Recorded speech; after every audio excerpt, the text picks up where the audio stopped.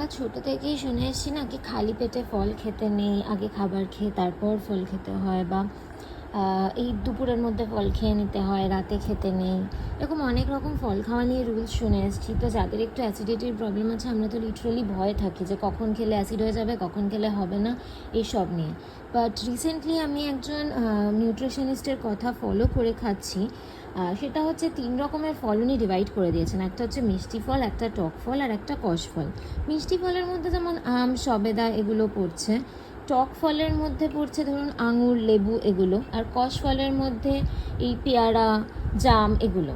এই 3 ধরনের ফল একসাথে খেতে বারণ করেছেন, এবং সকালের ব্রেকফাস্টটা আমি কমপ্লিটলি ফল দিয়েই করতে পারি, কিন্তু ফলের সাথে আর অন্য কিছু ভাত, রুটি, পাউরুটি কিছু খাওয়া যাবে না।